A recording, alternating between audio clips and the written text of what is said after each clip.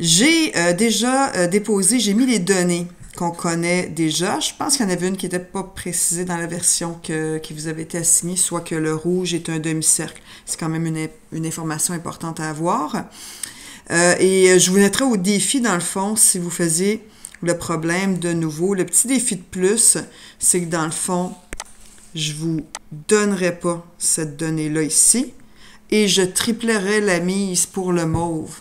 En triplant la mise pour le mauve, les chances de gagner en triplant la mise, là, si on gagnait, si on plongeait dans le mauve, ben ça change un petit peu notre estimé et plus aussi évident que tantôt.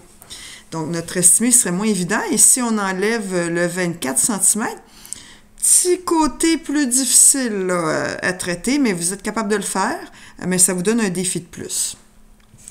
Donc, je viens de me rendre compte qu'il manquait aussi une donnée qui était qu'on avait 10% de plus en FG qu'en EF.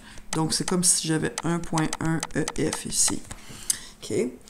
Donc, globalement, ce qui est important, c'est qu'on est dans un plan cartésien parce qu'on a des coordonnées, on a des points, donc ça peut nous permettre de déduire d'autres mesures. Puis, dans le fond, dans un plan cartésien, on peut tout transformer en triangle. C'est assez simple, à part évidemment notre cercle, notre disque, dont il faudra trouver l'aire.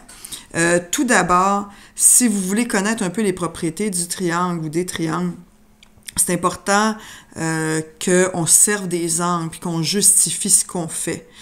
Donc, il est possible, là, je l'ai mis par écrit, mais il est possible de prouver avec les angles présents que le triangle ici, EGH, il est isocèle.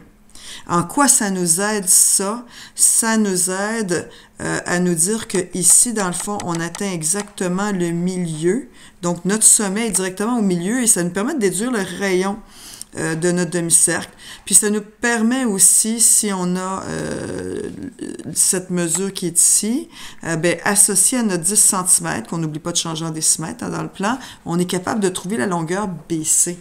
Donc, c'est utile de savoir que c'est isocèle, mais il faut le prouver. Pour trouver aussi d'autres mesures, je vais revenir avec mon 24 ici qu'on connaissait, là, ben on peut se servir du plan cartésien. Donc, il ne faut pas oublier que, bon, quand on regarde en Y, on peut faire des liens avec les Y qui sont là.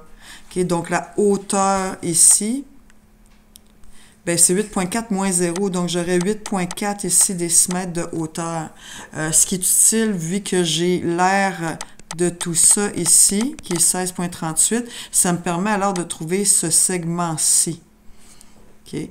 Et si j'ai ce segment-là, ben là, c'est plus facile après ça de déduire d'autres mesures, dont la plus importante, l'aire de ce triangle-ci.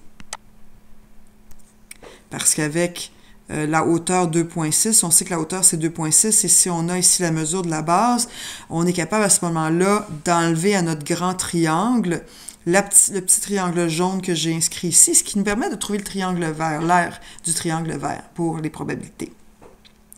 Globalement, pour vous aider, je ne veux pas en dire trop, mais ce que je peux vous aider, c'est que non, on n'a pas besoin des sinus et cosinus là-dedans, mais on peut, et là je vous fais des petits tracés, on peut quand même dessiner des hauteurs ici et se rendre compte que si déjà, bon, on peut se rendre compte que ce triangle-ci, dans le fond, il est proportionnel à l'autre.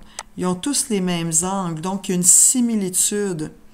Puis comme on sait que celui-là, il est 1.1 de celui-là, bien, on est capable d'établir une proportionnalité globale. Puis on peut faire le même exercice quand on se trace des hauteurs comme ça.